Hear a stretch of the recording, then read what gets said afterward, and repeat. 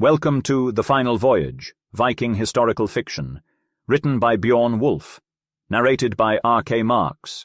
Copyright 2023 by BrooksAudiobooks.com and Shadowplay Communications, LLC. All rights reserved. No portion of this book may be reproduced in any form without written permission from the publisher or author. Visit BrooksAudiobooks.com for updates on the availability of new books and a special free offer. Chapter 1. Erica. As I, Adhelm, abbot of this monastery, bear witness, I also took part in the sorrows my beloved land endured as a result of the Norman conquest and its subsequent tumultuous times. Inspired by the esteemed Leif's chronicles, I was moved to commit these events to record. Let it be known, then, that this ancient monastery was established by the wise and noble King Alfred. He granted it a revenue of 120 hides of land, all rich and well-watered, fertile and free, including its tolls and privileges. To further his goals, the king imposed duties on certain thanes and nobles whose lands were adjacent to the monastery. They were to supply the brotherhood annually with 150 loads of wood, 25 loads of faggots, 35 tons of pure ale, 70 beasts for slaughter, 1,200 loaves, 56 measures of Welsh ale, 16 butts of wine, 6 horses, and 130 pounds and 10 shillings in money. These contributions supported the community's extensive charities and hospitality. Although not germane to this narrative, detailed records of the monastery's lands and farms, church and cloister, outbuildings, and the abbots' and priors' lodgings can be found in our cartularies. Suffice it to say that during peaceful times, this monastery stood as a remarkable foundation, not only providing for the worldly needs of its inhabitants, but also attracting pilgrims, minstrels, and newsbearers from across the whole kingdom, who were exceptional sources of knowledge. Down the valley, one bright September morning, in the year 1066, sped Erica, daughter of Danish Thane Beowulf, who ruled over the land of Rivenwood. His hall, perched on the distant wooded heights like a grim sentinel, overlooked the domain. Erica, a fair young girl of about 15 years, stood at the juncture where coy and blushing maidenhood meets with the freer and bolder manners of girlhood. Her unconscious assumptions of grace and dignity blended with the wholesome, innocent, and graceful womanhood that made her interesting and piquant. Her open and expressive brow radiated beauty, while her somewhat broad countenance reflected her free, unfettered, and merry outdoor life in sylvan England. Her blue eyes sparkled and glowed like the alert falcon perched upon her embroidered leather gauntlet. Her nose was simply straight, but with a slight upward trend that showed her positive attitude and the warning to all around her. She wore a silk blue cap, with a broad crown drooping over a broad scarlet band. 2 eagle feathers stood erect in the front of the cap, while her flaxen curls burst forth luxuriantly from underneath, circling her forehead and over her ears. She wore a handsome gold torque around her neck, with skillfully engraved mystical runic devices on the pendants, complemented by a fur-trimmed mantle hanging loosely over her back, leaving her arms free. The mantle could become a cloak, covering the upper parts of her body entirely if needs be. Her tight-fitting underdress was of woolen material, and she wore sandals with a stout sole of leather and overstraps adorned with prepared deerskin. In all, she was a graceful specimen of budding womanhood, radiating beauty, dignity, and gracefulness, all integrated with her free-spirited life in nature. Accompanying the fair maiden was a beloved maid and one of her father's household retainers, who served as the ranger and gamekeeper. 2 dogs trotted at his feet, while a falcon with all its equipment perched on his left arm. Another falcon perched on Erica's arm, ready to take flight. "Release the dogs now, Bertwulf, for we should have good sport hereabouts and get a great view of it from this hillside," the maiden said. Upon receiving encouragement from Bertwulf, the dogs wagged their tails and immediately put their noses to the ground, threading in and out amongst the brushwood and gorse to begin the hunt. A sudden fluttering of wings and a scream sent the hawks into commotion as a handsome pheasant with abundant plumage took flight. Erica quickly removed the hood of her hawk, and in one quick move the bird caught the helpless prey. It swept down, carrying a mass of feathers and mingled plumage that fluttered to the ground. "Oh, that is terribly inadequate, Bertwulf," Erica said impatiently. "I prefer a good long chase that tests my Lord Grey-Eye's mettle. Hunting sluggard creatures like that pheasant is poor sport. Come, let us climb higher. In the gorse and bracken on the hill, we will likely find partridge, moorfowl, or perhaps, even better, a woodcock. Then we can truly test the mettle of little Grey-Eye. So they clambered together up the steep, bracken-covered hill until they reached the heather fringe that crowned its brow. They quickly spotted a covey of grouse scurrying ahead of them cautiously in the cover until they sprang up with a whir of wings and loud, unusual cries. Erica again removed the hood of her beloved falcon, Grey-Eye, and flung the bird towards its prey. However, chasing moorhens on the wing was a different matter than catching a sluggish pheasant, since they whisked across the sky like the wind. Just as soon as they realized they were being pursued, they altered their tactics and darted toward the valley for shelter. With plump and heavy bodies, the moorfowl descends faster than falcons with an impetuous whirl and incredible speed. The hawk seems to be no match for them as they reach the valley, flying low and hiding amongst the trees. Meanwhile, the hawk can be seen scudding above them. "My poor Grey-Eye, you're beaten this time, I do believe," exclaimed Erica. But just then, there was an arrow-like swoop. "Bravo!" she shouted. "He's struck his quarry, for he never swoops to miss. Come along, Beowulf, or he'll gorge himself, the greedy little glutton." "There she goes! Plague on the girl!" exclaimed Beowulf. "Did ever mortal see such a girl? She's like a 2-year-old filly that has never had bit in its mouth or harness to back. And if she throws out a splint or strains a fetlock, then the old thane will cozen my back with a cudgel and call me a lazy lout of a churl." But the girl's mood was uppermost in the damsel's thoughts, and away she ran down the hill with her long hair streaming behind her, never giving a thought to man or maid. She came to a halt, however, when she reached the spot where apparently Grey-Eye had made his swoop. But not a trace of either falcon or victim was to be seen. In vain she blew a tiny silver whistle with which she was wont to call her hawks. There was no response. "The greedy fellow is gorging himself, no doubt, Beowulf," cried Erica impatiently. "If you feed him before flying, he is too lazy to exert himself, and if he hunts on an empty stomach, he turns into a glutton after a catch." Suddenly, a piercing sound echoed in the distance, catching the attention of the 3 adventurers. Erica turned his head towards the noise and exclaimed, "My goodness! Eadberg, please fix my appearance for me. Do I look foolish? Hurry up! Arrange my cloak. Those courageous gentlemen are approaching who previously denied me the opportunity to participate in the boar hunt on the grounds of my gender." Honourable Beowulf was kind enough to explain, but Master Ragnvald was hardly any better. Despite winning the Queen's favour at the tilt ground in Westminster against the hand-picked Normandy squires, he did not see me worthy of his company. But I will prove them wrong, and reveal that I can entertain myself and find amusement without their assistance. Soon thereafter, a pair of horsemen emerged from the woods, sporting hunting attire, with a green bandolier draped over their shoulders and waist, and a hunter's horn hanging from it. They were followed by a team of rangers, servants, hounds, and weapons of the chase, including boar spears, javelins, and short swords. 2 wild boar carcasses, the spoils of their morning hunt, were flung over the backs of a couple of horses. The younger of the young lords could not conceal his grin as soon as he caught a glimpse of Erica's face. Taking his bugle from his belt, he blew a mocking tune in the girl's ear. With ridiculous courtesy, he addressed her. "Good morning, madame. Are you taking a little stroll with your maid?" Removing his hunter's bonnet, he made an exaggerated bow. Erica, with her air of grace and humour, responded with equal mockery. "I beg your pardon, noble sir, but if it pleases you, I am not just strolling with my maid. I am, in fact, out hawking, as you can easily detect if you choose." "I get it now, madame. So you decided to entertain yourself since we refused to hunt in a lady's company?" The young lord chuckled with a roguish glint in his eyes.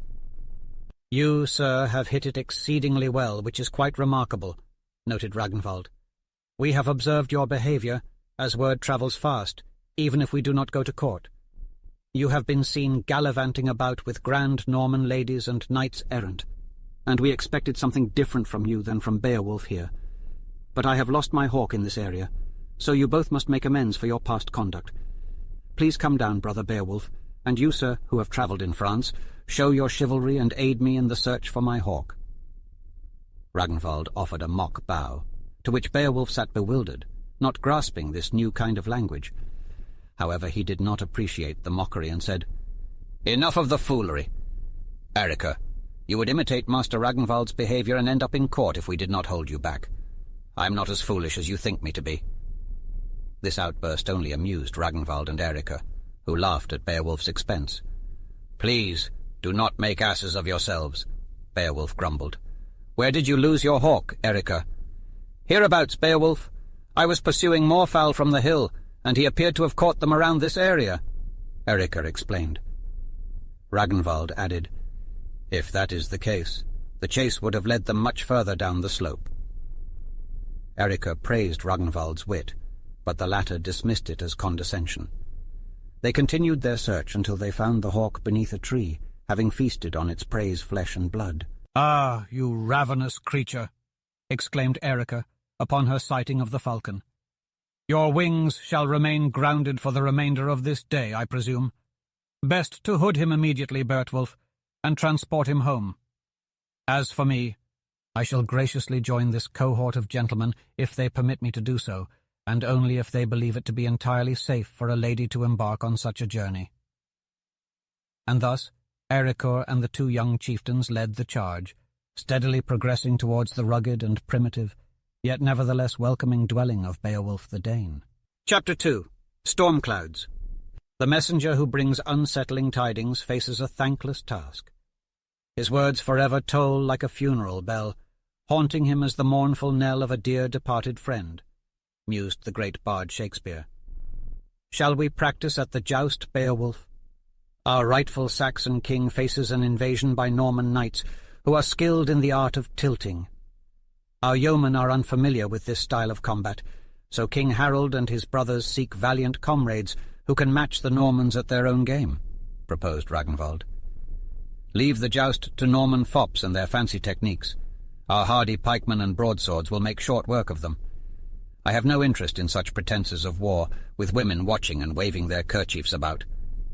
You meddle with foolishness, neighbour, snarled Beowulf in disdain. Thank you for your kind words, Beowulf. I promise not to whimper or simper if I witness your prowess in battle. But men will always find ways to play at war, so we shall use both the broadsword and lance, declared Erica. Agreed, exclaimed Ragnvald, and our fair cousin Erica shall reign as Queen of Beauty in this jute. Take care not to make a fool of yourself with Norman fooleries, Ragnvald. But I shall indulge you in your folly for the sake of a bout with the broadsword, in true Saxon fashion, grumbled Beowulf. They retired to the armoury and emerged in full armour, brandishing lances. Ragnvald mounted his charger and paraded around, showing off his horsemanship and gallantry. As he passed Erica, he dipped his lance in mock salutation. Erica tried to hide it, but a red flush briefly crossed her face. However, she quickly regained her composure, and her eyes sparkled with indignation. I suppose he thinks I'm just a child to be teased and joked with, she muttered under her breath. The two opponents stood 20 paces apart, ready to charge. Erica, anxious about her brother's unpredictable temper, warned them, Remember, this is only a game. Don't let it get out of hand and turn into a real fight. If I make fun of him, he flies into a rage with me. Who knows what he'll do if you poke him with that ugly weapon, Master Ragnvald? Beowulf sneered at her. Your tongue is too sharp, girl. You should be tending to the roasting hogs instead of babbling in front of men.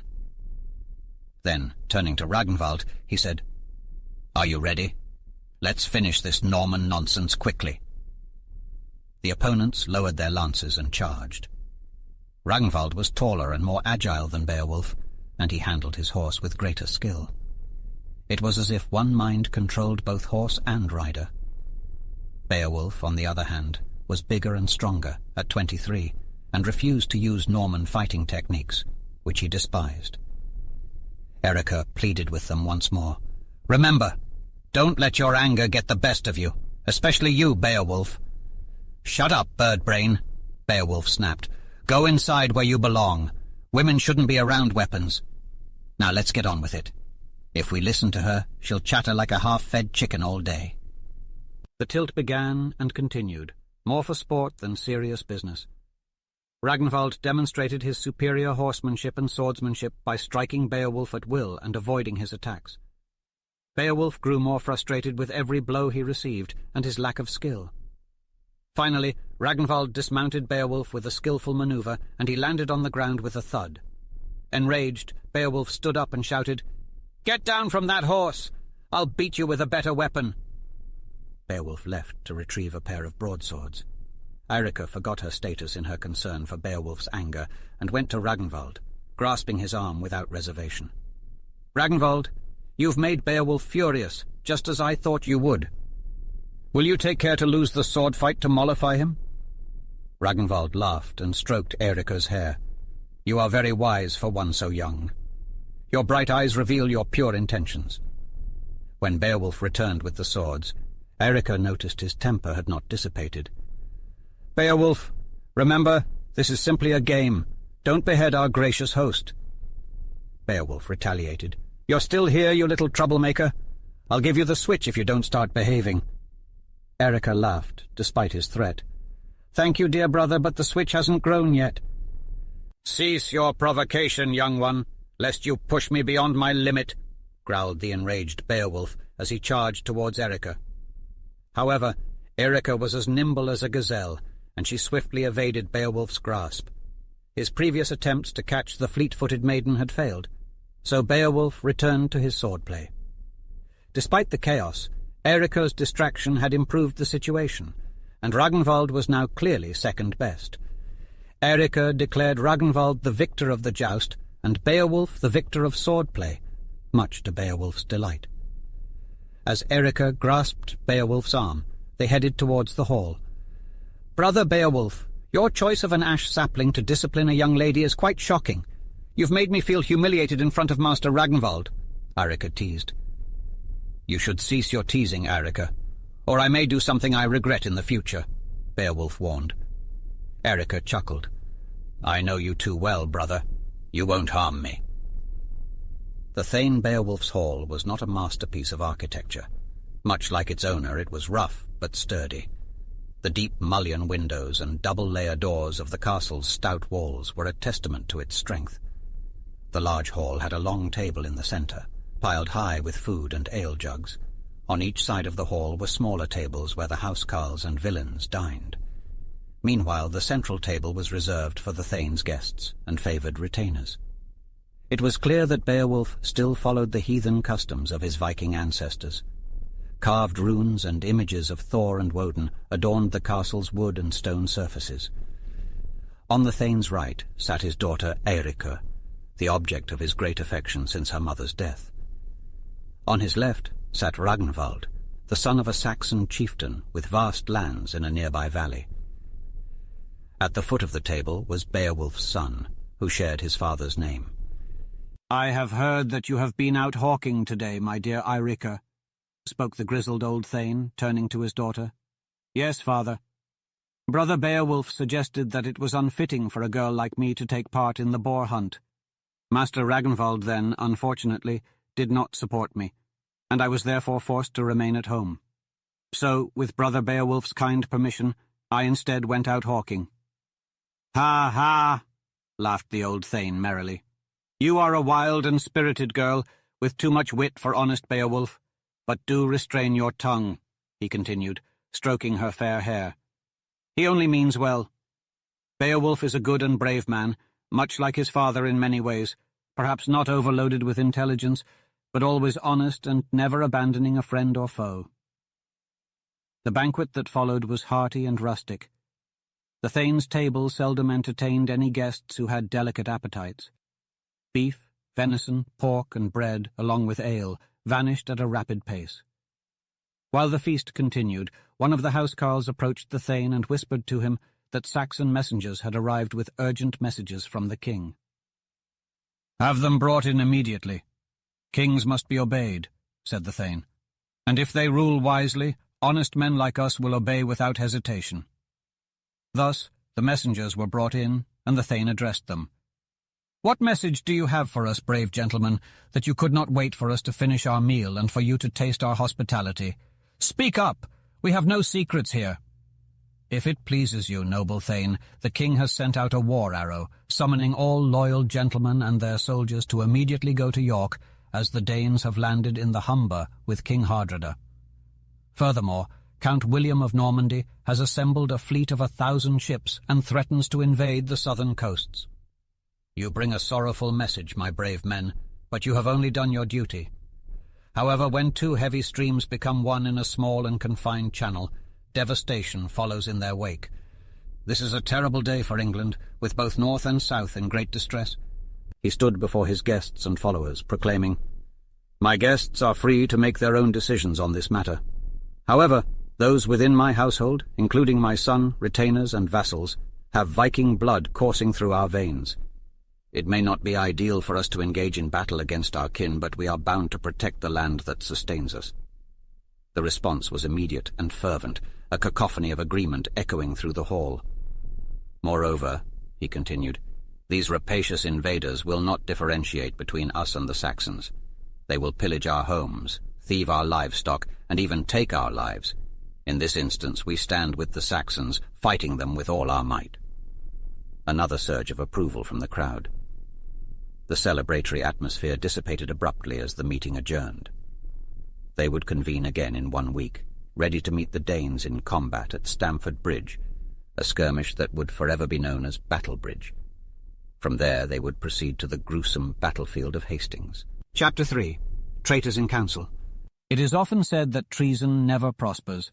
If it prospers, however, none dare call it so. This epigram rings true throughout history, even in the struggles against the Danes and Normans in medieval England. After the victorious Battlebridge battle against the Danes and the devastating loss at Hastings, Ragnvald became leader in his father's stead. The following years saw peace and safety from Norman harassment. It wasn't until William's leave to Normandy in 1069 that a conspiracy brewed to take back control of the kingdom. The Danes landed in the Humber, and the Saxons rallied, capturing and executing 3,000 Normans in York. Following these triumphs, the rebel leaders met in York for a council known as a Thing. The group was a mix of leaders with varying goals, and unity was scarce. The Danish leaders especially were greatly demoralized, and had taken to rampant pillaging as their primary motive. They were dressed and behaved distinctively with their tanned skin, rough appearance, and weapons at their side. Ragnvald, who fought alongside Harold at Hastings, was also present. The events of the past years had aged him, lending him a more serious aspect, and his body had grown in strength. A young leader of great stature and wisdom stood by my side, a dear friend and significant character in these chronicles. Beside him sat the young Thane Beowulf, also a comrade, though of a different lineage. He supported the Saxon cause and was native-born, descended from Danish settlers of England from 3 generations prior. Several other leaders were present, but they hold no importance on these pages. At the appointed hour, Gormr, the leader of the Saxon forces, made his entrance. A physically imposing man, but with a face that lacked confidence, revealed small, suspicious eyes that did not provide reassurance. Accompanying him was a Norman knight that surprised many by his appearance. Seeing their reaction, Osborne, who was with Gormr, introduced the Norman to the assembly. "Worthy thanes and nobles," he proclaimed, "this brave and gallant Norman is Baron Valdis, one of William's bravest knights. He has been given some lands bordering the Fen country, and has been tasked to defend that coast against the Danes, as well as assist in keeping our valiant countryman, Hereward, in check. A heavy burden for a beggar's share of barren acres. This noble knight comes as an emissary of an even greater Norman, Count Hofsos, whose lance caused much destruction in our army at Hastings. The Count Hofsos has sufficient reason to be displeased with the king or his advisers, as they have shown ingratitude for his services. He offers to join hands with us, bringing 17 knights along with 300 trained foot soldiers ready to fight. This brave Baron Valdis, whose prowess I am certain of, is the bearer of letters from the Count Hofsos, which I have thoroughly examined, sealed, and signed, providing ample evidence of good faith. In these circumstances, I introduce Baron Valdis to our council without hesitation." The speech was met with stunned silence, and murmurs of discontent could be heard throughout the room. However, No one dared to speak up except for Ragnvald, who sprang to his feet and addressed the nobleman.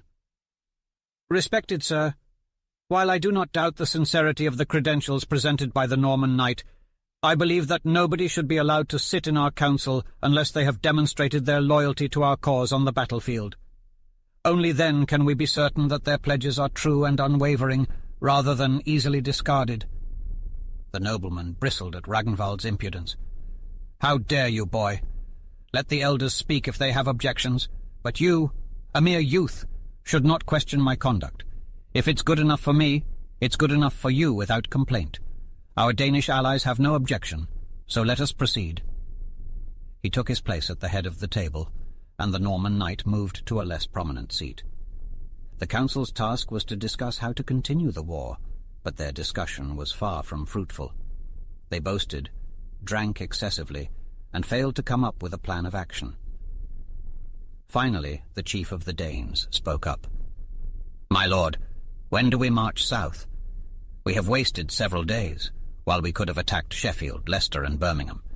There, the Normans have established themselves and amassed great wealth, which we could have claimed while this boy is off elsewhere." Osborne, a member of the council, responded to the Dane. "We're waiting for the arrival of Malcolm of Scotland and Prince Aethelreda. We believe the Saxons in the south will rally to his banner. Additionally, there are more Normans to contend with as we move south, so we need all our forces available." "Cowardice is the root of this problem," exclaimed the Danish rover. "Why should we fear the Norman dogs or a baby prince who shirks from the fight? We desire the spoils, and remaining hidden here will not bring us any closer to victory. If we do not move south immediately, we will set sail tomorrow and leave you to face the consequences." Suddenly the council was interrupted as a messenger rushed into the room, sweating profusely from his speedy ride. "What news calls for such haste?" inquired Osborne. The messenger replied, gasping for breath, "My lords, the Norman has returned to England with an army and is quickly making his way north. He is no more than 2 days' march to the south." The council was instantly stricken with terror at the news. The Danish rover scoffed at their cowardice and toasted to the bravery of his own countrymen, declaring that they would fight on behalf of the Saxons. Ragnvald, a young Saxon chieftain, rose to defend his people, proclaiming that they too possessed great bravery and virtue. "Dear me," exclaimed the drunken Dane, "you speak of virtues, do you?" "Yes, indeed," replied the Saxon, trying to keep his anger in check. "We Saxons can preach with the best of them and behave like gentlefolk. Virtues? Well, we have them by the bushel, except when it comes to fighting, it seems." The Dane continued his taunts. "Ha ha! Virtues! If I were a Saxon, I'd wear my mother's petticoats." Ragnvald, struggling to remain calm, retorted, "You're our ally, so I'll excuse some of your rude comments. But remember Battlebridge and how our fellow Saxons fought bravely against your countrymen. Oh yes, and let's not forget that when this war is over you'll see just how valiant Saxons can be." But the Dane would not stop his provocations. "Saxons fight! Come on, that's ridiculous. Tell me, young milksop, why do we Danes and even the Scots outshine the Saxons? And why did you need our help to fight the Normans? You begged us to come, and now we're here. Just wait until we're finished. If we don't get any Norman loot, we'll gladly take Saxon riches by force. Do you hear me, young six-footer?" The argument was escalating when a Danish messenger arrived and whispered something in the drunken Dane's ear. The pair quickly left the room. Ragnvald observed the Danes with suspicion and immediately turned to their leader, Osborne. But to his astonishment, Osborne's seat was empty as he had noiselessly slipped out of the room amidst all the clamour. "Ah, what now?" Ragnvald exclaimed, leaping to his feet and dragging his comrade Beowulf to the door. "There is something ominous in all this, Beowulf. It bodes no good to the Saxon cause, mark me." "What do you think is causing this fear and distrust in our leaders, Ragnvald?" Beowulf asked. "I know not, Beowulf, but by the cross. I cannot believe that just the Norman's name is enough to breed cowardice and panic in our leaders. It is not fear that has overtaken these Danes, mark me, but something more powerful. They are, at best, merely mercenaries, and are as treacherous as the devil. If someone offers a paltry bribe, they will not hesitate to betray us, and this Norman is smart enough to know that they have their price. That is not the extent of the problem, Ragnvald. I watched Osborne closely, and I do not like his demeanour at all. He turned pale at the mere mention of the Norman's name. I am sure he is a coward and a traitor at heart. What should we do now, Beowulf? We must stand firm like men. We know our duty, and running away before we even see this Norman's face would be worse than cowardice. Then we must lead our men immediately. If any idle rumours reach their ears, I will not answer for the consequences. If William is within striking distance, we must be prepared. If he finds us unready, he knows how to take advantage of that. Thus the ill-fated meeting came to a close, leaving the Saxons divided, without any clear plan of attack or defence, a ripe target for a cunning and daring commander. With bitter despair and a feeling of imminent danger, each member left to go their separate ways. Once all the Saxon members of the council had fled the room, the bulky and ominous figure of the Norman emissary rose from a seat in a shaded corner where he had been discreetly observing the pitiful divisions of the Saxon council. As he strode forward, he released a harsh and mocking laugh and exclaimed, "Well, well, well! What a situation we have here, ha-ha! A rebellion so precious indeed! Only a fool would tie their fate to such a contentious mob. Why, I am certain they would slit each other's throats with just one word. And did you see how they recoiled at the mere mention of the conqueror's name? But where are my valuable letters?" He rummaged through his doublet, and finally extracted a packet, which was carefully bound by a silken ribbon, and sealed many times with an immense seal bearing the crest and heraldry of the celebrated Count Hofsos. "Ha, ha, my prized possession!" he exclaimed, turning the missive over and scrutinizing it with a savage grin. "I'm so pleased I kept hold of you. You're worth more than gold. I won't be handing you over just yet." And he cautiously concealed the letter back in his doublet. "Ha, ha!" he growled demonically. "Hofsos won't lay eyes upon this letter again until he pays the debt he owes me. I'll have his haughty daughter as payment, or we'll see what happens. I have my own battles to fight, just like Hofsos, and I'll fight them my way. I won't hang around like some starry-eyed fool at the feet of a lady, and wag my tail like some mutt at the slightest smile or word. I've been patient and submissive long enough. From now on, Valdis will come first because I've caught him. Trapped, bamboozled by his own stupidity. Did he really think he could play the traitor? What a fool and a simpleton! Although he poses as a wise man, he can be as senseless as a jester. However, I won't waste any more time on him. I assume the Saxon fools have already dispersed and run off to their hideaways like a group of rats. I must make haste, for if the tanner's son should catch me at my present business, it will go bad with my hide, I'm feared, and I should like to keep my skin whole a little longer, come what may." "Ho, ho!" exclaimed he, bursting again into hoarse laughter. "I wonder what Odo or Fitz-Osborne would give to know of this little freak of Hofsos's. The cunning Odo has ousted him from William's counsels already, and if he had possession of this," thumping his chest where the missive lay, "he'd have Hofsos's head in a trice.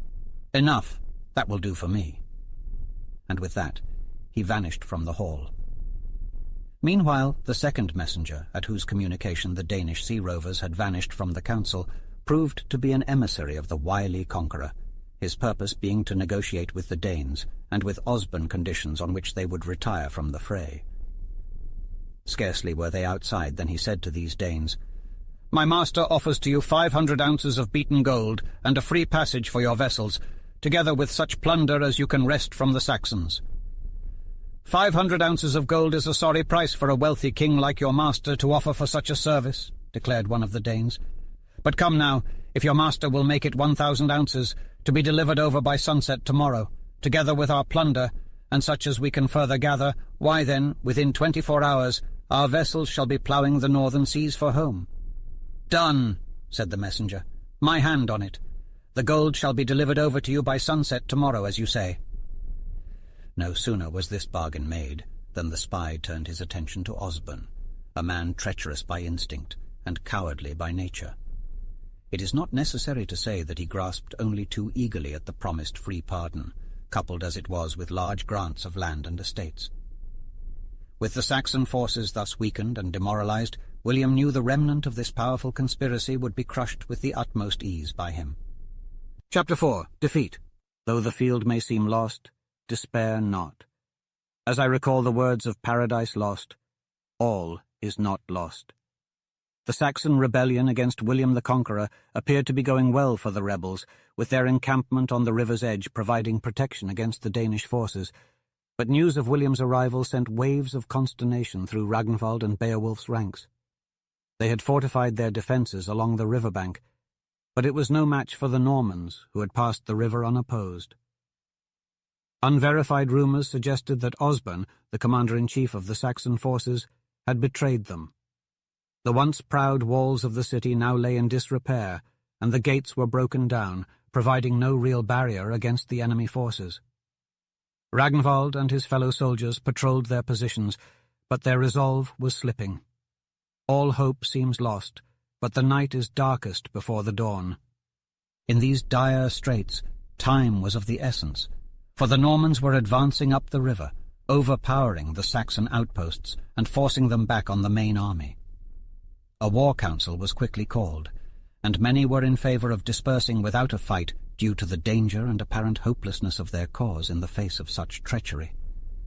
However, Ragnvald rallied the council with his words. "I fear that treachery has infiltrated our ranks, yet we do not know the extent of it. If Osborne has accepted William's bribes, we still have the Danes, who will be able to harass our enemy from behind. Furthermore, we are expecting reinforcements from Malcolm of Scotland and Ethelreda, so we need not despair. Let us make a bold stand. The battle is not lost if the Danes remain steadfast," he spoke. He continued, "We cannot defeat the Normans in open country with our limited numbers, for they will easily flank us and surround us. Our best course of action is to position ourselves on the fringe of the dense wood, where we can extend our line under the cover of the thicket. This will render the enemy's cavalry useless, and our archers, spearmen, and swordsmen will be able to operate effectively. We will minimize casualties while delivering a severe blow to William's campaign." The leaders swiftly comprehended the wisdom of Ragnvald's words. The troops promptly withdrew to the wood and set up their defensive position just within its protection. The Saxons were valiant individually, but lacked discipline and the ability to coordinate their movements in the open terrain. This move enhanced their morale and gave them shelter from the enemy's cavalry, which always had a demoralizing effect on untrained soldiers. They stationed their right flank on the river, shielding it from flanking movements, and extended their left flank to prevent the Normans from outflanking them. Their attenuated lines made it challenging for the enemy cavalry to charge through, and the dense wood effectively created a barrier to the cavalry. Ragnvald organized his troops into two main lines of combat. The first was made up of soldiers wielding swords and spears, whose duty it was to stop the advance of the Norman army. The second line was comprised of archers, who were tasked with shooting arrows at the enemy soldiers to cover the front lines. Beowulf was put in charge of the left flank, and received strict orders not to allow the Normans to outflank his forces, even if it meant doubling up on the left flank and taking it all the way to the river. Before Ragnvald could complete his strategic deployment of troops, the Norman vanguard arrived, and an intense battle began. The Normans were taken aback when the Saxons let loose a torrent of arrows from point-blank range, forcing them to retreat beyond bowshot. When the rest of the Norman forces finally arrived, they launched a more ferocious assault on the Saxon position, but the Saxons were counting on the element of surprise. Hidden behind trees and shrubs, they fell upon the attackers with their short spears, swords, and battle-axes, causing havoc in the enemy ranks. Ragnvald and other armoured Saxon fighters charged at the Normans, cutting down scores of men-at-arms and targeting the Norman leaders. In the middle of the chaos, a stunning event occurred when Ragnvald spotted the burly Norman, Valdis, who had come pretending to offer his help, now fighting aggressively against them. Furious at his duplicity, Ragnvald charged toward him, and the two warriors met on the battlefield. "You treacherous villain!" Ragnvald exclaimed. "Is this your idea of being our friend? I have a personal message for backstabbing traitors like you." "Stop yapping like some clueless wench, you Saxon coward," said Valdis fiercely. "Come at me and I'll finish you off quickly."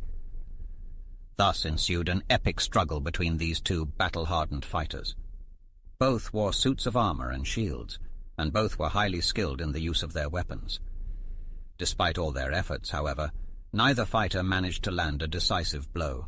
The Norman army advanced steadily, despite the Saxons' valiant efforts, as Ragnvald engaged in a fierce duel, completely unaware of his imminent danger. Gormr, a brave Saxon warrior, fought alongside Ragnvald and recognized the dire situation they were in. He sprang to his leader's rescue, cutting through the enemy to reach him.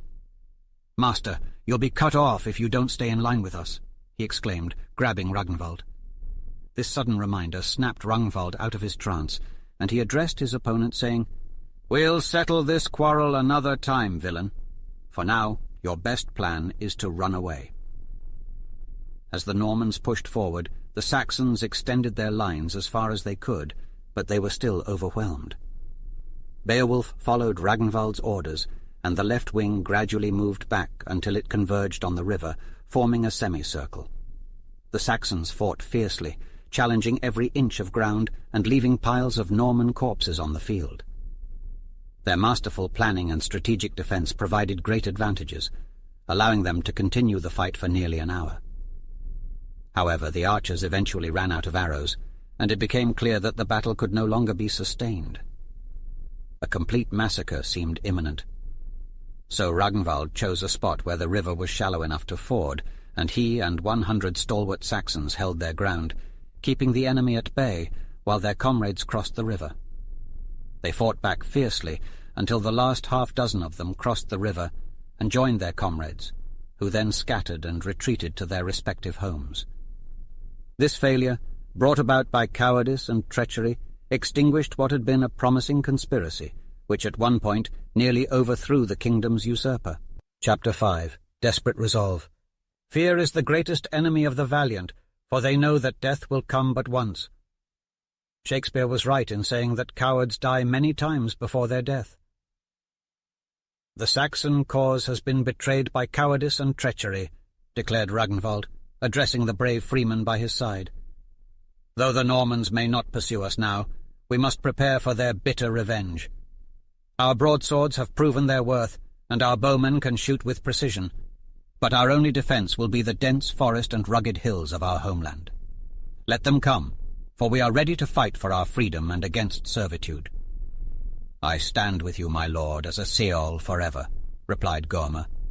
Sadly, Ragnvald's predictions proved true as the Normans spread violence and destruction across the land, aiming to decimate the population and quash any further uprisings.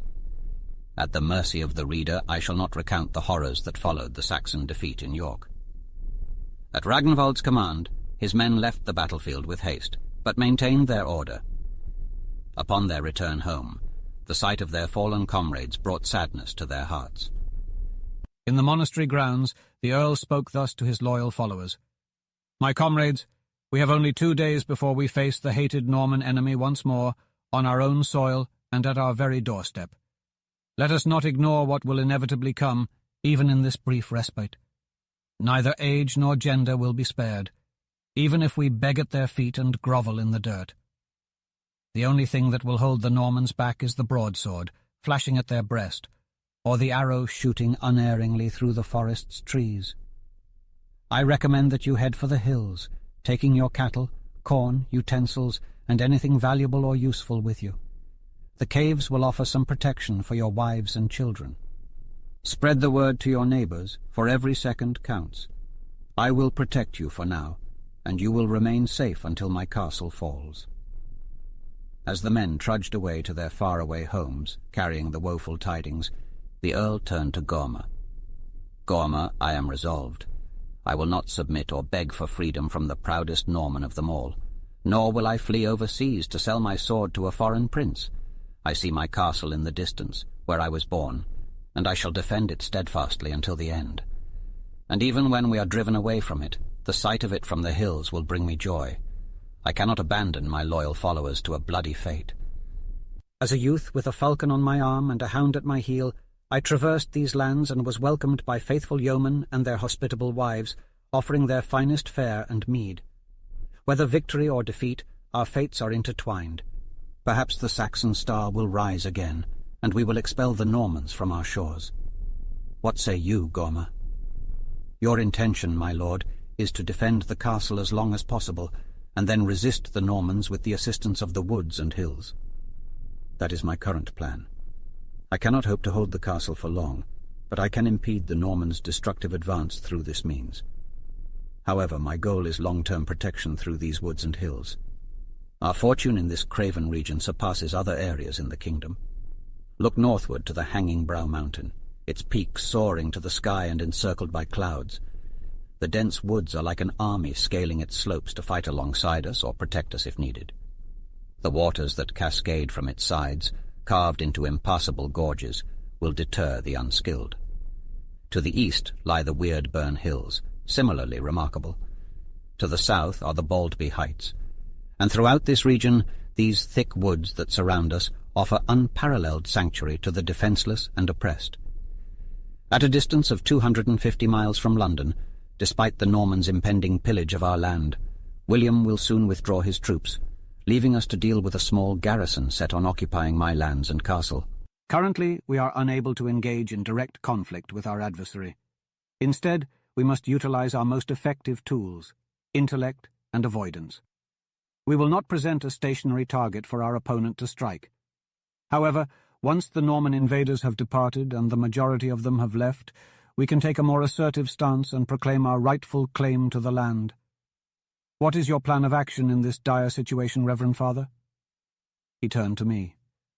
My lord, I replied, we are followers of the Prince of Peace, and we must follow his example.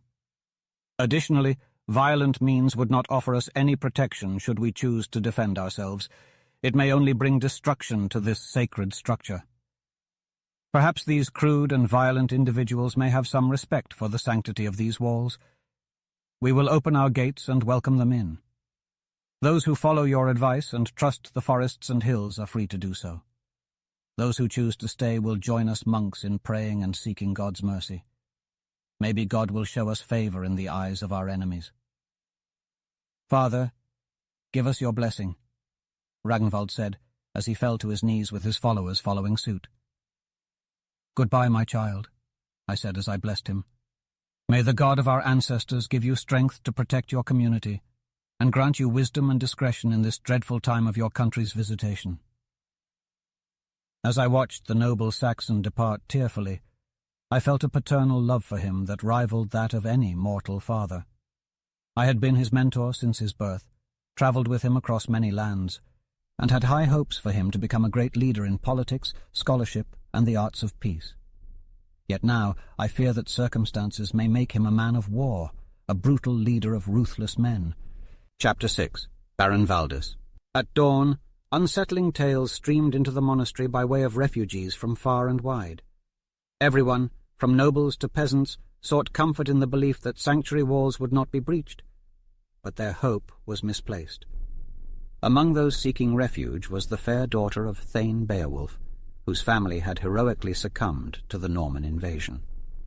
I could do nothing to defend her beauty, understanding all too well that the holy walls of the church were no hindrance to lust and violence. I directed all refugees to the chapel, asking them to join in prayer. Meanwhile, I headed to the gate with some of the housecarls and lay brothers, and ordered it to be opened. A disorderly mob of soldiers and men-at-arms swarmed past me, ignoring my pleas for order. One of their commanders, Baron Valdis, in full armour, dismissed my entreaties, pushing me aside with a curse, and telling me to give up and join my fellow monks in prayer to the devil. Some of the Normans made for the northern part of the monastery grounds, where our animals and numerous servants were quartered. Skuggi, our fearless huntsman, refused to budge.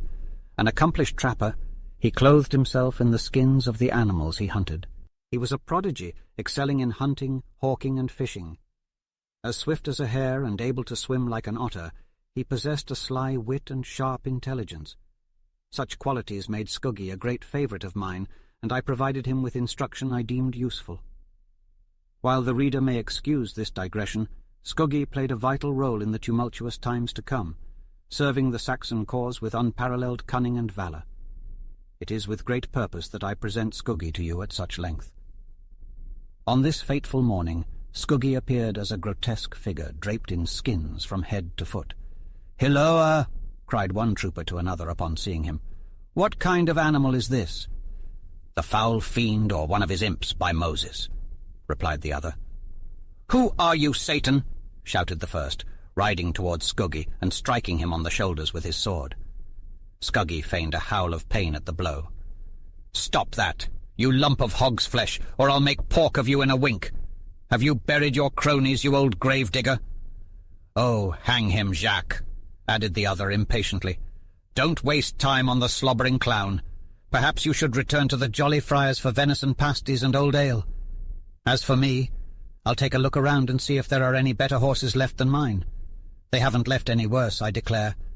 I don't think he's a horse at all. He's only a shadow and a half. The wind was just about to carry him away when I grabbed him. So it wasn't a robbery when I took him, and I swear my weight is the only thing keeping him in this world. Giddy up, old marrow bones. Your backbone will do to shave the monks with." I'm surprised my body remains intact, for it feels as though I am being pulled apart from the inside. My trunk appears to be at least 6 inches shorter than my legs, thanks to the razor-sharp contraption I've been perched upon for the past 3 days. "Hi-ho, Jacques!" I exclaimed, turning abruptly. "If you come across a keg of ale, hold it for me until I return. I'm parched as a sponge in a desert. I could easily drink half a barrel. My soul is evaporating through my pores due to the lack of moisture." In the meantime, the holy men, along with many displaced civilians, particularly women, gathered inside the sanctuary, hoping in vain that the sanctity of the church would shield them from harm. I, however, had little confidence in this, and had taken the precaution of relocating our most valuable and exquisite treasures, including silverware, gold, and books, to the sacristy, an arched underground chamber near the south transept, accessible by a set of secret stone steps that cleverly vanished beneath the flooring. This underground room was designed solely to protect our valuables in case of an assault by the Scots or Danes. I observed that many Normans gravitated towards the church, assuming that the most valuable loot would be held within its walls. They broke down the doors without ceremony, and I followed them inside. Immediately, the undisciplined and ferocious soldiers began to pillage and ransack everything in their path. I approached their leader, Valdis, and beseeched him to spare the refugees. Alas, he fiercely kicked me with his heavy boot and bellowed to his men, "Ho, men!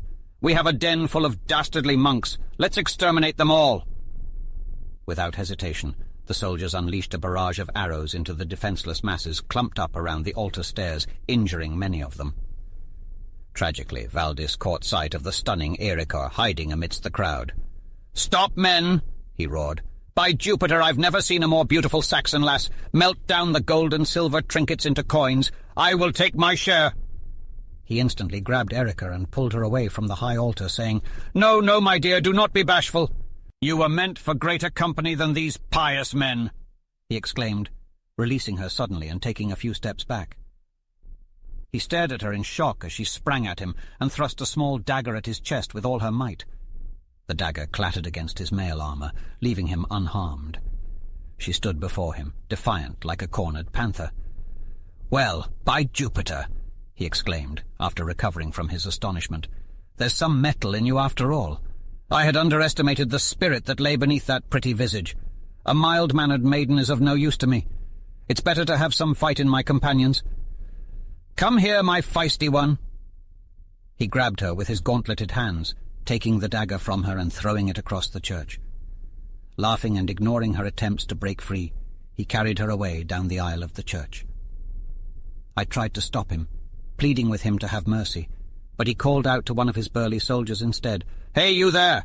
Run this vested priest through with your sword!"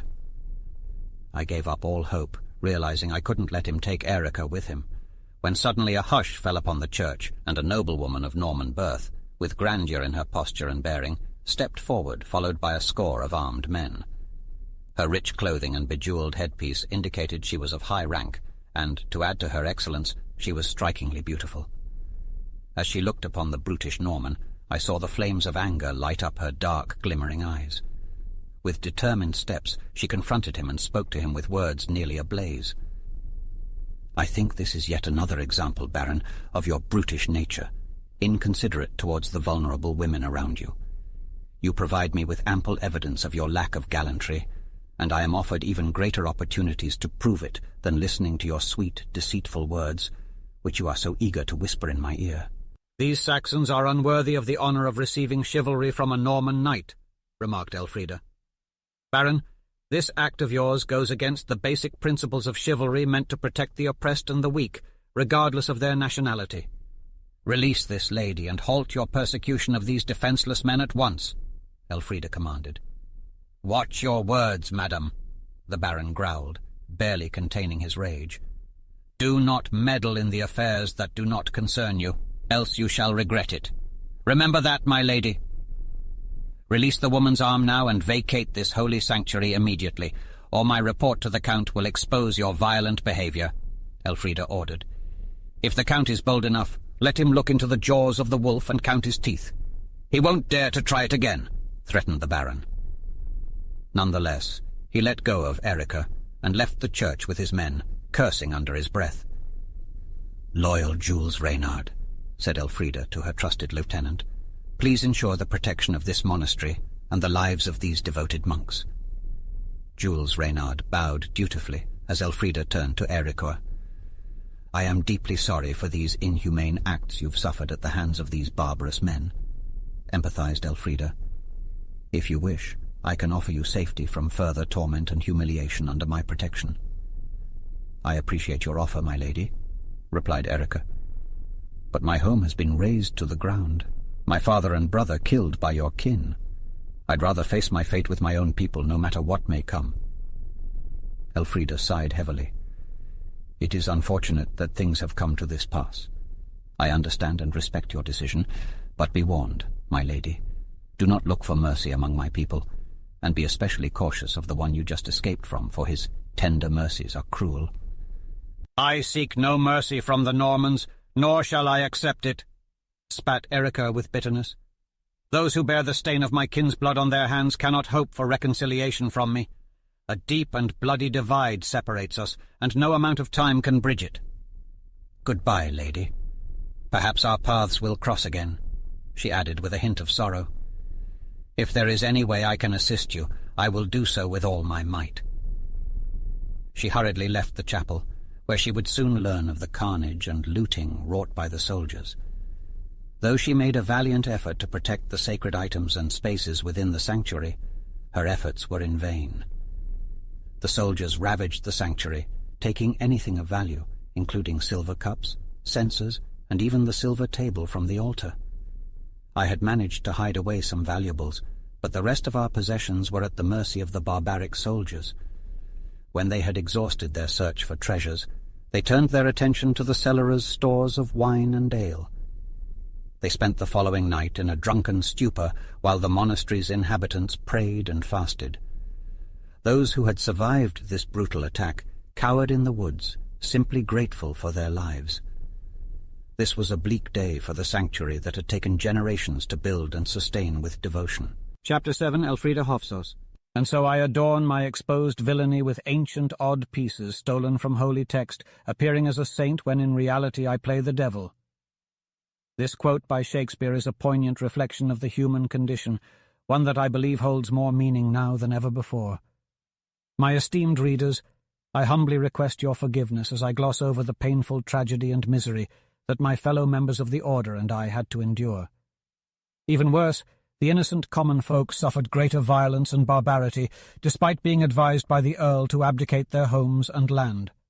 Instead, I urge us to follow the narrative of the key players propelling history forward, embodying the uprising of the people who were often just pawns in the hands of the elite. The Normans unleashed chaos and destruction on their neighboring lands, creating a vacuum of devastation. Had the Saxons not fled and hidden away with their belongings and loved ones, they would have been decimated. The Normans continued pillaging the next part after they had finished with the previous one. However, the castle belonging to the young ealdorman Ragnvald could not be seized without undertaking a siege. The Hofsos, who had set their sights on the castle and its fertile lands, began preparing for their assault. They carefully observed the castle from all angles and concluded that they would need to wait a few days before they could hope to breach it. Even so, they sent heralds ahead to ask Ragnvald to surrender. The Saxons patrolled the battlements dressed in full armor, monitoring the housecarls that toiled to reinforce and rebuild the fortifications. A group of 20 hand-picked archers armed with well-stocked quivers was responsible for defending the workers. The heralds, a trio, rode towards the walls. Once they reached the desired spot, they blew a bugle blast to get Ragnvald's attention before spouting their message. "Hey, you there, Saxon!" they called out, to which Ragnvald replied, "What's the message from your master? I can see that you're just messengers." The mighty Count Hofsos, renowned for his valor and bravery, demands that this castle and all its appurtenances be surrendered to him within the next 24 hours, without any delay or interference. We want to know what their master will offer us if we were to comply with his wishes without any resistance. The answer we've received from Hofsos is simple. Surrender unconditionally and trust in our leniency. Defiance will result in torture and death. Reply that we have witnessed enough of Hofsos's so-called leniency and that of his fellow Norman conquerors to put any faith in his words. If he wishes to seize this castle, he must try and take it, for we do not trust him, and we shall resist with all our might. Send the message to your master that we challenge him and his followers to snatch control of this castle from us." These were bold words, meant to motivate and encourage our troops. Nonetheless, only I knew that our fate rested in our enemies' hands. I have counted the number of Norman tents standing a little further than 100 yards away from this castle, always observing as crowds of archers and men-at-arms swarmed around the camp during the day. At night, I crept within earshot of sentinels with Gorma the freeman, waiting for the perfect opportunity to launch an attack. But Hofsos's cunning tactics and military skills had eradicated any chance we might have had. Every point was thoroughly guarded, and patrols were sent to check for surprise attacks. Count Hofsos and Lady Elfrida de Montfort's tents were erected on high ground in the heart of the camp, which provided a bird's-eye view of all other tents and their surroundings. Behind them were the tents of personal servants and maids, linked through a sheltered path. Lady Elfrida's tent was adorned with embellished curtains and rare velvet carpets that originated from the Rouen looms, muffling the sounds of footsteps and making it plush to walk on. As previously mentioned, Lady Elfrida was betrothed to Baron Valdis by her father, solely for reasons of politics and personal ambition, without any consideration for her own wishes. However, Elfrida found this marriage proposal to be completely repulsive. Even someone less refined and gentle than Elfrida would have found this union distasteful. Valdis was a drunken, lecherous, and uncivilized man, whose habits were more in line with his besotted and brutal troops, rather than being suitable for one of the kindest ladies in Normandy. Admittedly, he won some degree of fame in battlefields and tournaments, having reckless valor and enormous strength, but he was totally devoid of chivalry and knightly courtesy, which was considered almost as important as physical ability. Hofsos's view of Valdis was based solely on his control of a free company of mercenaries, as cruel and bloodthirsty as himself. Hofsos had lofty ambitions and held a very high position in William's eyes, which he knew was largely due to the number of lances in his retinue and the men-at-arms who followed his banner. Elfrida despised this hateful agreement. Her southern blood demanded a more noble and courtly knight than Valdis to be the object of her affection. She peered through a clearing in the park, at the castle and its defenders, and shuddered at the impending chaos and violence that was hanging over the camp and castle. Far too often, she watched the mailed Saxon chief pace his walls and direct the housecarls as they worked on the fortifications, for her to feel at ease, as there was a striking contrast between Ragnvald's demeanor and Valdis's demeanor. The fact that Ragnvald was fighting against overwhelming odds and for his own life piqued Elfrida's interest, while the stories about his prowess circulating in the camp added to his fascinating appeal. Often Elfrida would turn to her closest maid and confidant Mireille to confirm her opinion.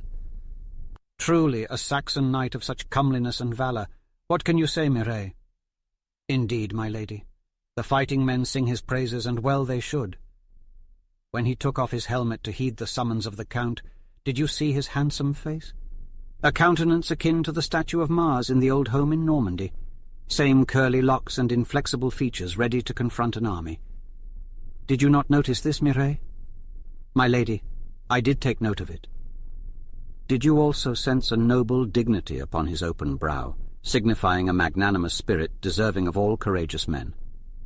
"Indeed, my lady. I noticed all of that." "Ah, Mireille, my childhood was spent surrounded by tales of noble knights and defenders of the faith. All brave men are chivalrous to my sex and virtuous in their conduct. A far cry from men like Baron Valdis, slavish to their own lustful urges. How could such men claim to be brave when they are but slaves to their own desires? These are evil days, my lady. All that is good seems to perish in this age. The Baron is just a mere mortal like all others, save for his unsavory nature. I fear him greatly, and am always on guard around him. Nevertheless, I carry in my person something that will make him regret the day he crossed me." And with these words, Mireille brandished a stiletto from her person. "Listen, Mireille.